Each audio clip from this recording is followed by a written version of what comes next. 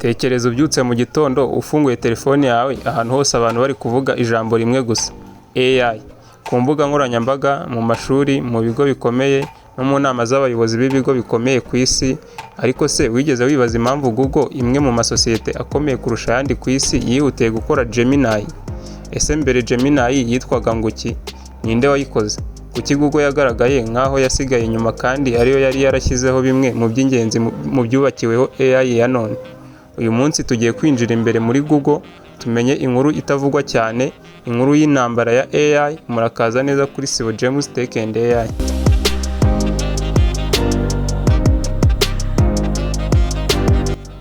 Google, igihangange cyari gisanzwe gitsinda. Mu gihe kirekire Google yari isa n'iyatsinze intambara ya internet. Iyo washakaga amakuru wajyaga kuri Google, iyo washakaga email hari Gmail, amashusho Google Photos, video YouTube, ikarita Google Map, Translate, Driver, Chrome, Android. Mu by'ukuri abantu babarirwa muri za miliyari bakoreshaga nibura buri serivisi imwe ya Google buri munsi. Byatumaga benshi batekereza ko nta kindi kigo cyashobora kuyihangara. Ariko mu mpera za 2022 habaye ikintu cyahinduye amateka.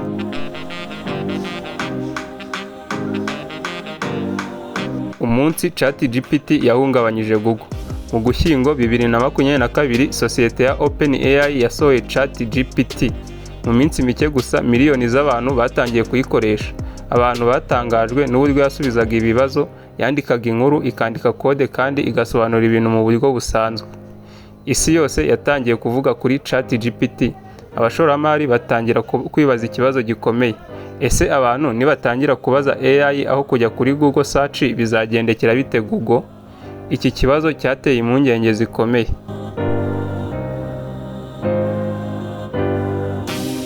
Code Red. Mu bitangazamakuru byinshi havuzwe ko muri Google hatangajwe ibihe byihutirwa byise Code Red nyuma y'ubwamamare bwa ChatGPT. Abashinzwe Google, Larry Page na Sergey Brin, bongeye kugira uruhare mu biganiro by'imbere mu kigo cy'icyerekezo cya AI. Google yavuze ko yari isanzwe ikora AI kuva kera, ariko yemera ko irushanwa ryari ryihuse cyane. Abakozi benshi batangira kwimurirwa ku mishinga ya AI. Intego yari imwe: Google yagombaga gusubiza vuba. Brad, intambwe ya mbere. Tariki ya 6 Gashyantare 2023, Google yatangaje chatbot yayo yitwa Brad, yubakiye ku ikoranabuhanga rya LMDA.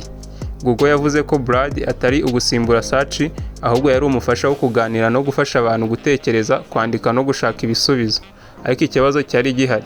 Abantu bahise bayigereranya na ChatGPT, kandi buri kosa rito Brad yakoraga rigahitaga rikwirakwira ku isi hose.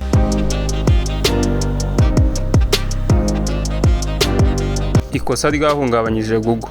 Mu gihe cyo kumenyekanisha Brad, hari urugero rw'igisubizo rwagaragaye rufite amakosa ku bijyanye na telescope yo mu isanzure.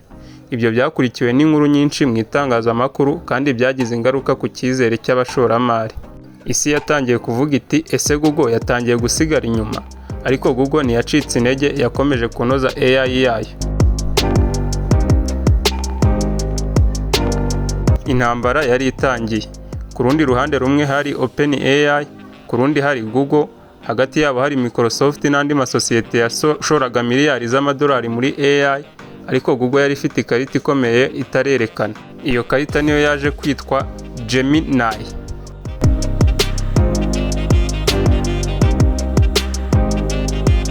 Uko Brad yahindutse Gemini. Nyuma y'uko Brad isohotse, Google yabonye ko abantu batifuzaga chatbot isanzwe gusa, bashakaga AI ishobora gukora ibintu byinshi icyarimwe. Google yari imaze imyaka ikora ubushakashatsi muri AI. Mu by'ukuri bimwe mu by'ingenzi byubakiweho AI ya none nka Transformer Architecture byaturutse mu mpapuro z'ubushakashatsi za Google zasohotse muri 2017. Iyo niyo mpamvu Google yari ifite urufatiro rukomeye rwo kubaka AI nshya. Abahanga batangira gukora imishinga nshya. Ntabwo bari bagamije gukora chatbot gusa, bashakaga gukora AI ishobora gusoma, kwandika, kumva amajwi, gusesengura amashusho ndetse no gusobanukirwa amashusho na video no gufasha muri coding. Nibwo havutse umushinga witwa Gemini. Mu ntangiriro za 2024, Google yahinduye izina rya Brad iryita Gemini kugira ngo rihuze n'izina ry'umuryango wa AI models zayo. Ni bande bakoze Gemini? Iyo umuntu yumvishe Google ashobora gutekereza ko abantu ibihumbi aribo bakoze Gemini, ariko hari abantu bagize uruhare rukomeye. Umwe mu bazwi cyane ni Demis Hassabis. Demis Hassabis yatangiye akina umukino wa chess akiri muto cyane. Nyuma yiga computer science, aza gushinga sosiyete ayitwa DeepMind. DeepMind yaje kugurwa na Google. Nyuma yo kugurwa niyo yabaye imwe mu nkingi zikomeye z'ubushakashatsi bwa AI muri Google. Uyu munsi DeepMind niyo iri inyuma ya byinshi mu bikorwa bya Gemini. Ariko ntabwo Demis yakoraga wenyine. Hari itsinda rinini ry'abahanga muri machine learning, mathematics, linguistics, software engineering, cyber security, bose bakoranaga umunsi nijoro kugira ngo Gemini ibe imwe mu ma AI akomeye ku isi. Gemini ikora ite? Iki nicyo kibazo abantu benshi bibaza. Abantu benshi batekereza ko Gemini iba ifite umuntu uyisubiriza inyuma. Oya, Gemini ikoresha Large Language Models, aricyo bita LLM. Ibyo bivuze ko iba yaratojwe ku makuru menshi kugira ngo ishobore kubona isano riri hagati y'amagambo, interuro n'ibitekerezo. Ariko Gemini ifite ikindi cyayitandukanyije. Yakozwe kuva mu ntangiriro kugira ngo ibe multimodal. Ibyo bivuze ko ishobora gukorana n'ubwoko butandukanye bw'amakuru, nko gusoma inyandiko, gusesengura amashusho no gufasha ku yandi makuru ajyanye n'ibyo yibajije. Ubushobozi bwayo buterwa n'ubwoko bwa Gemini ikoresha n'aho uyikoresha. Niyo mpamvu ushobora kohereza ifoto ukayibaza ikiyirimo, kohereza PDF ikagusobanurira, kubaza ikibazo ikagusubiza. Mu buryo bworoshye Gemini ntabwo ireba amagambo gusa, ishobora no gukorana n'andi makuru igihe ubushobozi bwayo bubonetse. Kuki Gemini yitwa multimodal? Reka dufate urugero. Tekereza wohereje ifoto y'imodoka hanyuma ukandika uti mbwira ikibazo ifite. Gemini ishobora gusesengura ifoto igahuza n'ikibazo cyawe ikaguha ibisobanuro. Niyo mpamvu bavuga ko ari AI ishobora gukorana n'ubwoko butandukanye bw'amakuru. Iri ni ryo terambere rikomeye ugereranyije n'uburyo abantu benshi batekerezaga AI mu myaka yashize.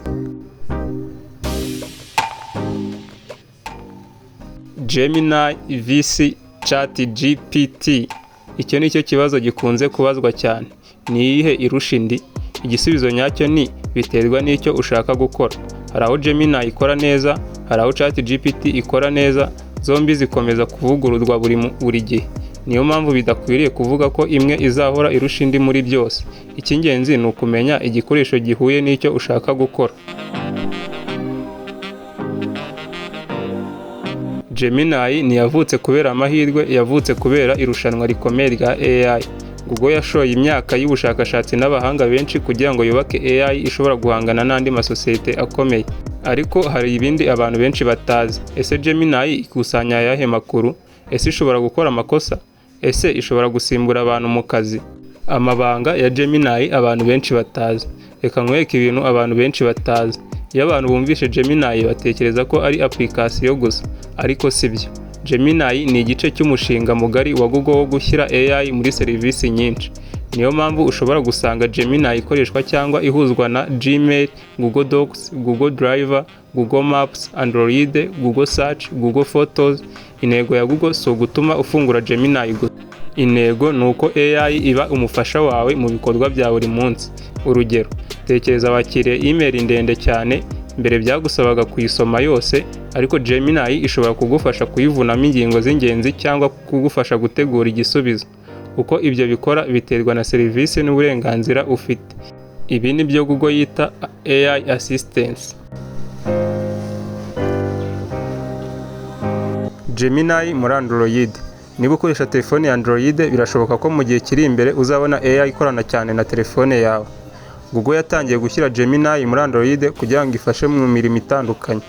Urugero, gushaka amakuru, gutegura inyandiko, gufasha kwandika email, gufasha ibikorwa bimwe na bimwe by'imbere muri telefoni bitewe n'igikoresho n'igihugu.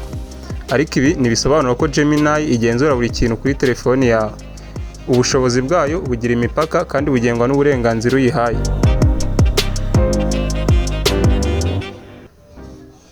Ese Gemini ikusanya amakuru yawe?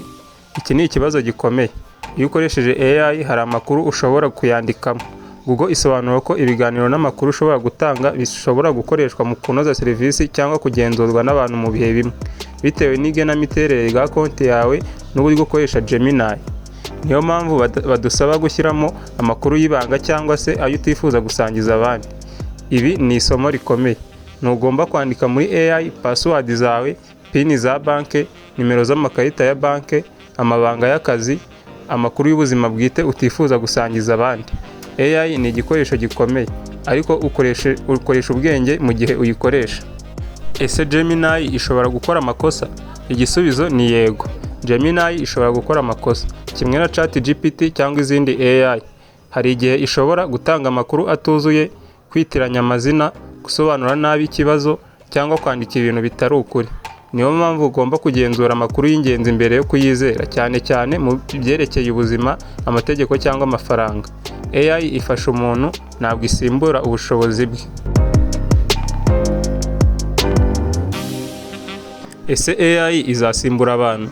Iki ni ikibazo gihangayikishije benshi. Hari abavuga bati mu myaka mike AI izakuraho akazi. Abandi bati oya, AI izadufasha gukora neza. Ukuri ni uko hari imirimo imwe AI ishobora koroshya cyangwa se kwihutisha. Ariko hari indi isaba guhanga udushya, gufata imyanzuro y'umuntu, kwita ku bandi, inshingano zisaba kubazwa ibyo wakoze. Niyo mpamvu abantu benshi bemeza ko abazamenya gukoresha AI neza aribo bazagira amahirwe menshi yo kurusha abazirwanya. Isomo rikomeye. Hari abantu batekereza ko intambara ya AI ari intambara ya Google na OpenAI gusa. Oya, ni intambara y'ibitekerezo. Ni irushanwa ryo kubaka ibikoresho bifasha abantu gukora neza.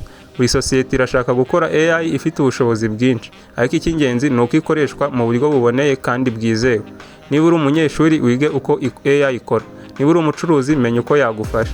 Niba uri umuremyi wa content, yikoreshe mu kongera ubuziranenge bw'ibyo ukora, ariko ntuyishingikirizeho yonyine. Mu myaka mike ishize, AI yavuye mu bitabo bya siyanse ihinduka igikoresho abantu babarirwa muri za miliyari batangiye gukoresha. Google Gemini ni urugero rw'uko irushanwa rishobora gutuma ikoranabuhanga ritera imbere vuba. Ariko uko AI ikomeza gukomera, niko inshingano zacu zo kuyikoresha neza nazo ziyongera.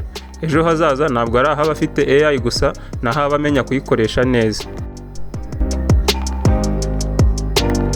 Niba wishimiye iyi documentary, kanda like kandi wiyandikishe subscribe kuri Sibo James Tech and AI.